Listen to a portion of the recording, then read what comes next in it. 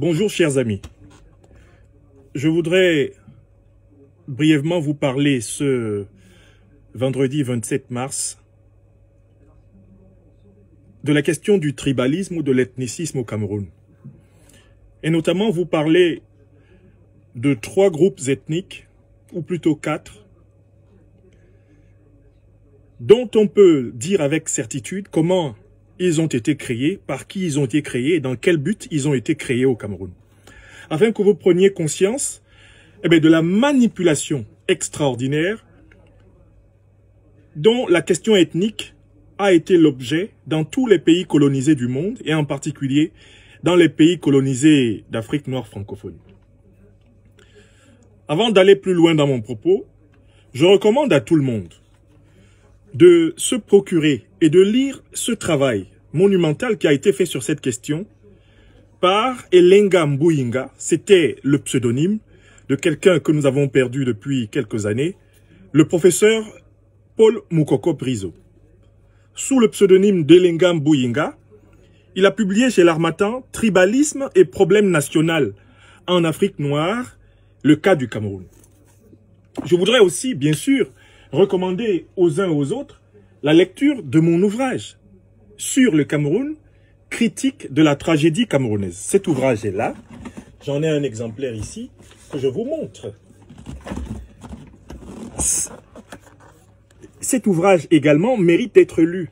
Vous trouverez des chapitres en particulier consacrés à l'analyse de la manipulation du phénomène ethnique au Cameroun. Vous les trouverez ici, ce que j'ai appelé précisément l'ethnicisme camerounais et ses modes de fonctionnement. La fameuse ethnie dite des Bamileke est la première dont je voudrais parler. C'est une invention coloniale. Le colon français qui s'est occupé d'écraser tout ce qui, au Cameroun, se battait véritablement pour l'indépendance et la souveraineté réelle du peuple camerounais, c'est-à-dire son droit de décider de l'usage de ses richesses, son droit de choisir lui-même ses dirigeants, après les avoir éliminés, ils étaient notamment rassemblés au sein de l'Union des populations du Cameroun, de Ruben Umniobe, de Félix Moumié, d'Osende Afana, d'Abel Kingé, d'Ernest Wandier, de Ngwo Masaga et consorts, le colon français a mis en place une décolonisation truquée. Cette décolonisation consistait à confier la direction du pays à des personnes qui avaient accepté de garantir l'accès des matières premières du Cameroun de manière pratiquement gratuite à l'industrie française pour la nuit des temps. C'est ce qu'on a appelé les indépendances sous haute surveillance. Indépendance accompagnée de la signature des fameux accords de coopération, des accords de défense, des accords en quelque sorte qui garantissent la priorité sur l'économie camerounaise, à l'industrie, à l'économie et à la politique française. C'est tout cela d'ailleurs qui a été protégé par le fameux mécanisme du franc CFA, dont vous savez qu'il est un déni total de la souveraineté démocratique, économique, sociale et politique des peuples d'Afrique francophone. Alors, mais l'un des dispositifs qu'ils ont mis en place, c'était le dispositif du diviser pour mieux régner. Comment des colons en minorité démographique pouvaient-ils s'imposer dans des pays où, très rapidement, le nombre de colons s'avérait inférieur au nombre de colonisés? Il fallait agir sur les esprits, il fallait agir sur la manière de penser des colonisés. Il fallait donc créer des discriminations entre les populations colonisées pour les opposer les unes aux autres et imposer bien sûr la suprématie du colonisateur. Au Cameroun, les Français, pour empêcher la naissance, l'éclosion et la puissance incalculable du mouvement nationaliste que rassemblait l'Union des populations du Cameroun, ont décidé de créer des sous-ensembles ethniques et de les opposer les uns aux autres et d'éduquer d'une certaine façon les Camerounais à l'idée de se détester mutuellement sur la base de ces catégories ethniques créées par les Français. La notion de Bamileke, dont il faudra lire l'élaboration faite par le colonel Lamberton, est une notion expressément créée pour empêcher que les Camerounais s'entendent pour produire un développement, une industrialisation, une économie, qu'ils produisent une autonomie politique locale. On a donc décidé d'éduquer les habitants autochtones de Douala, par exemple, à la détestation de leurs compatriotes migrants venus de l'Ouest. On a ainsi essayé de rassembler tous les migrants venus de l'Ouest et qui avaient un certain nombre de traits culturels communs. On les a rassemblés dans le concept de Bamileke, un concept qui voulait globalement dire ceux qui viennent de là-haut, ceux qui viennent de là-bas, ceux qui viennent d'ailleurs. L'ethnie Bamileke n'est pas un fait des populations de l'Ouest Cameroun. Parce que l'Ouest Cameroun a cette particularité d'être l'une des régions du monde où le phénomène de la multiplicité linguistique et de la multiplicité culturelle qui caractérise le Cameroun se manifeste le mieux. Rendez-vous compte que tous les 20 ou 30 kilomètres, on change pratiquement de langue dans l'ouest du Cameroun. Et ceux qu'on appelle les Bamileke parlent des langues tellement différentes qu'il n'y a pas en fait une langue qu'on pourrait appeler le Bamileke et qui serait en quelque sorte l'unité culturelle de ces populations venues de l'ouest. Toutes les populations du Cameroun ont des traits de ressemblance culturelle. Il y a des traits de ressemblance culturelle entre ce qu'on appelle les Bamileke, ce qu'on appelle les Bassa, ce qu'on appelle les Boulous, ce qu'on appelle les Peuls, ce qu'on appelle les Mundans, ce qu'on appelle les Tupuri, ce qu'on appelle les Ngumba. Il y a des points de ressemblance. Tout comme il y a effectivement des points de différence. Savez-vous ce que le colon a choisi de valoriser? Il a choisi de valoriser les points de différence afin d'exacerber, en quelque sorte, par des mécanismes de discrimination interne, et notamment la manipulation de cette notion d'autochtonie, cette notion d'allogénie, eh bien, exacerber les divisions internes pour paralyser la naissance d'une conscience nationale et d'un mouvement national. Donc, les Bamileke sont une invention de l'industrie coloniale, de la manipulation coloniale. Les populations de l'ouest du Cameroun, les populations venues des montagnes du Cameroun, ne se représentent pas elles-mêmes comme un sous-ensemble à part à l'intérieur du Cameroun. C'est le colon français qui met en place ce dispositif mental, qui met en place cette incitation. C'est le colon français qui invente l'ethnie Bamileke pour empêcher que la fusion, le brassage des populations du Cameroun ne produise très tôt une conscience nationale. En réalité, les différences culturelles qu'il y a entre les populations de l'ouest du Cameroun ou du nord-ouest du Cameroun et les autres, ces différences auraient dû servir de foyer de creuset d'un enrichissement mutuel afin de produire une synthèse qui serait l'homme camerounais riche de tout ce qu'il y a de positif dans la diversité de ses peuples. Les colons ne veulent pas, n'ont jamais voulu que naisse l'homme camerounais, la femme camerounaise, l'humanité camerounaise, c'est-à-dire la synthèse positive de toutes les différences culturelles, historiques, de toutes les évolutions nationales. Voilà comment on a inventé le Bamileke, afin de le discriminer et ainsi de bloquer le processus de communion, de synthèse, de métissage de la nation qui annonçait la fin définitive et irréversible du colonialisme. Quittons la période d'avant les indépendances. On arrive maintenant après les indépendances. Cette population Bamileke, inventée par la colonie, qui ne veut pas que précisément les Camerounais se métissent, se brassent et s'unissent sur le plan de la conscience et de l'action, va se retrouver donc mise par définition au banc d'un certain nombre de fonctions sociales, et notamment au banc des fonctions de président de la République. Amadou Ahidjo prend la tête du pays. Il hérite de cette géopolitique ethnique coloniale. Que fait Amadou Ahidjo? Il se rend compte que les populations de l'ouest du Cameroun ont énormément migré vers la côte économique, vers la grande ville économique du Cameroun. Elles ont migré des profondeurs, des hauteurs de l'ouest vers le littoral, selon une loi de l'histoire qui veut que les peuples industrieux se rapprochent des ports pour commercer avec le reste du monde. Que fait Amadou Ahidjo? Amadou Ahidjo se rend compte que la fusion qui est en train de naître dans la région du littoral, une fusion parfaite, une fusion et une alchimie qui est en train de constituer l'embryon de la conscience nationale camerounaise entre les populations venues de l'Ouest, les populations de la Sanaga maritime, les populations du Vouri, les populations du Sud-Ouest et même les populations du Nord-Ouest. Cette fusion-là est de nature à faire de la ville de Douala le centre de la conscience nationale et de l'élévation de la souveraineté économique et politique du Cameroun. Amadou Ahidjo s'en rend compte. Alors, conseillé par les Français, Amadou Ahidjo et à sa suite Biya, qui travaille déjà avec lui dès les années 60 et qui a été formé à l'Institut des hautes études d'outre-mer à cette méthodologie de division pour mieux régner, eh bien, la nouvelle administration néocoloniale camerounaise va élaborer le concept de Sawa.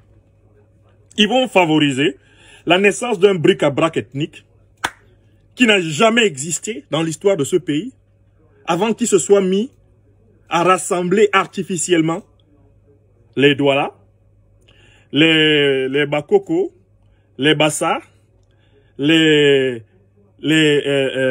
Banen, les Mbo, beaucoup de peuples. Beaucoup de ces peuples côtiers vont être rassemblés derrière ce concept, de manière complètement artificielle. Bon, les Bassa n'ont jamais été des Sawa, les Douala n'ont jamais été des Sawa, les Banen n'ont jamais été des Sawa, les Batanga n'ont jamais été des Sawa, les Bakweri n'ont jamais été des Sawa. Le concept de Sawa est une invention de l'État postcolonial. Je vous mets au défi d'aller trouver les occurrences historiques les plus anciennes du concept de Sawa. Et vous allez voir que le concept de Sawa est né sous la République postcoloniale, sous Amadou Ahidjo et sous Paul Biya. C'est là que ce concept est né. Donc, on a inventé le concept de Sawa pour opposer l'ethnie qu'on avait inventée avant, donc l'ethnie Bamileke, à une ethnie qu'on a inventée après l'ethnie Sawa et paralyser le nationalisme camerounais. Vous avez compris? Il faut que tout le monde comprenne bien ça. Au même moment, on invente une troisième ethnie, l'ethnie Beti Boulou, qui n'a jamais existé. Les Boulous ne sont pas des Beti. Quand Mongo Beti le disait, les gens ne l'écoutaient pas. Les Boulous ne sont pas des Beti. Il n'y a pas d'ethnie Beti Boulou. Les gens nous inventent maintenant les Ekans, les Paouins, etc. Tout cela est une ethnie également inventée. Pour fidéliser derrière Biya, des individus qui croient appartenir par consanguinité en quelque sorte à son pouvoir, alors qu'ils sont des misérables, comme la plupart de tous les autres Camerounais. Voilà une troisième ethnie qui est née sous nos yeux. On nous parle maintenant des Ekans, on nous parle des Beti Boulou, on a Beti Benangabisse, etc. Tout cela fait partie de l'ingénierie postcoloniale et néocoloniale. Voilà une troisième ethnie qui a été inventée sous nos yeux. Moi j'ai 48 ans, je suis né en 72.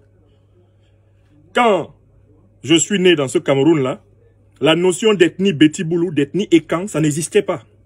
On ne confondait pas les Beti et les Boulou. En 1972, ce n'était pas la même chose. Aujourd'hui, dans l'opinion, on confond Beti et Boulou parce qu'il y a eu un travail politique de démolition contrôlée de l'histoire et de la diversité du pays pour créer ce groupe ethnique et fidéliser artificiellement, fidéliser psychologiquement, fidéliser symboliquement et spirituellement des Camerounais à un pouvoir qui est pourtant un anti-pouvoir, un pouvoir qui les détruit. Des Bolova à San Melima, de Zoé Télé jusqu'à Monatélé, un pouvoir qui détruit les Camerounais, dans le centre et dans le sud de ce pays. On a tout fait pour les attacher psychologiquement, consubstantiellement, croit-on, à ce pouvoir. Et on a donc inventé l'ethnie Beti. Enfin, je vous parle d'une quatrième ethnie qui a été inventée sous nos yeux. Le nordiste. Le nordiste n'existe pas. Le Wadjo, le Wadjax, il n'existe pas. Le nord Cameroun est aussi diversifié que l'ouest, que le littoral ou que l'est. Il n'y a pas que les Peuls au nord. Il y a des tas de groupes ethniques. Il y a le Mousgoum, il y a le Toupouri. Il y a le Mundan. Il y a l'arabe Koa. Le nord Cameroun est diversifié. Quand on parle de 250 groupes linguistiques environ au Cameroun, il faut que les gens mesurent ce que l'ingénierie coloniale a fait en termes de dévastation pour pouvoir donner l'impression que ce pays-là est constitué de 5 ou 3 ou 4 grands ensembles ethniques. Donc ça aussi, ça a été inventé. Le Wadjo a été inventé. Il a été inventé sous Amadou Ahidjo. Amadou Ahidjo qui voulait fidéliser de manière aveugle et stratégique tout Camerounais issu du nord du Cameroun. On mettait dans le Wadjo, facilement d'ailleurs même le Bamoun, on le mettait dans le Wadjo. On mettait dans le Wadjo le Tikar. On mettait dans le Wadjo le Bafia lorsqu'il est islamisé. C'était un Wadjo. Il y a des gens qui devenaient musulmans à cette époque-là pour entrer dans l'ethnie Wadjo, Wadjaks, nordistes. Nous avons vu tout cela se faire. Voilà une quatrième ethnie. Je pourrais même ajouter l'ethnie des anglophones. Ça n'a jamais existé. Il n'y a pas d'ethnie anglophone au Cameroun. Aujourd'hui, du fait de la fabrication de la discrimination contre nos compatriotes anglophones, on a fabriqué de facto une ethnie dite des anglophones. Qu'est-ce que ça veut dire anglophone, francophone? Anglophone, it just means that you speak English. So, if I speak English, I am also an anglophone. I am also an anglophone. What is being an anglophone? It is just speaking English. Somebody who speaks English is an anglophone. So, I am an anglophone Cameroonian. Because I am bilingual. And I'm also a francophone Cameroonian. I am also a bassaphone Cameroonian. I could be also a doualaphone Cameroonian. I'm learning now Kinyarwanda. I am learning Bambara. I will be Rwandophone. I will be Bambarophone and everything. So that ethnical group is a fake, a mystification. Donc voilà, chers amis, je voulais très brièvement vous parler de ces groupes ethniques qu'on a inventés sous nos yeux. Pour nous diviser, pour nous opposer, pour empêcher que le Camerounais, qui naît aujourd'hui, recherche des droits de citoyen valables pour lui à Douala, comme ils doivent être valables pour un Camerounais à Kribi, valables pour un Camerounais à Garoua, valables pour un Camerounais à Ngaoundéré, valables pour un Camerounais dans la diaspora. On a inventé toutes ces catégories ethniques pour nous empêcher d'avoir une conscience nationale, une conscience républicaine. Et voilà ce que Paul Biya a exploité dans son dernier tweet. Il y a un individu, un énergumène, un malotru nommé Thomas Dayas qui est venu me reprocher d'avoir manipulé le tweet de M. Biya après la mort du grand Manu Dibango. L'accusation de cet individu malotru consiste à dire que je serais l'auteur du mauvais sens dans lequel ce tweet a été reçu. Quand un président de la République, d'abord illégal et illégitime comme Biya, se permet de saluer la mémoire d'un grand artiste comme Manu Dibango, en disant uniquement que Manu Dibango est une perte pour la communauté Sawa, qui ne voit pas que derrière tout cela, il y a de la manipulation du phénomène ethnique. Est-ce que Manu Dibango, par sa carrière musicale, artistique, sa renommée mondiale, n'est une perte que pour la communauté Sawa? Et qu'est-ce que c'est que la communauté Sawa? Un concept fabriqué par Biya pour empêcher les Camerounais venus de l'Ouest, les Camerounais du littoral, les Camerounais du Nord, les Camerounais de l'Est, les Camerounais du Centre, de s'entendre. C'est comme ça qu'ils ont inventé le Betty Boulou. C'est comme ça qu'ils ont inventé le nordiste. C'est comme ça qu'ils ont inventé l'anglophone. C'est comme ça qu'ils inventent en permanence des catégories artificielles pour paralyser la conscience nationale des Africains et les empêcher de revendiquer leur véritable souveraineté. La souveraineté démocratique, la souveraineté politique, la souveraineté économique et réaliser la souveraineté spirituelle. Oui, tout être humain est avant tout un être humain. Je dis bien avant tout un être humain. Par la suite, il peut être autre chose. Mais dans tous les cas, il est avant tout un être humain. Et comme le disait Emmanuel Mounier, il faut respecter l'homme en tout homme. Sinon pour ce qu'il est, du moins pour ce qu'il doit être. Ceux qui manipulent l'ethnicité au Cameroun, c'est Paul Biya, c'est Amadou Ahidjo, c'est les colons français. Et ceux qui sont victimes de cette manipulation, ce sont les citoyens qui ne connaissent pas l'histoire de la constitution des groupes ethniques. Ce sont les citoyens qui ne connaissent pas l'histoire de la manipulation des groupes ethniques.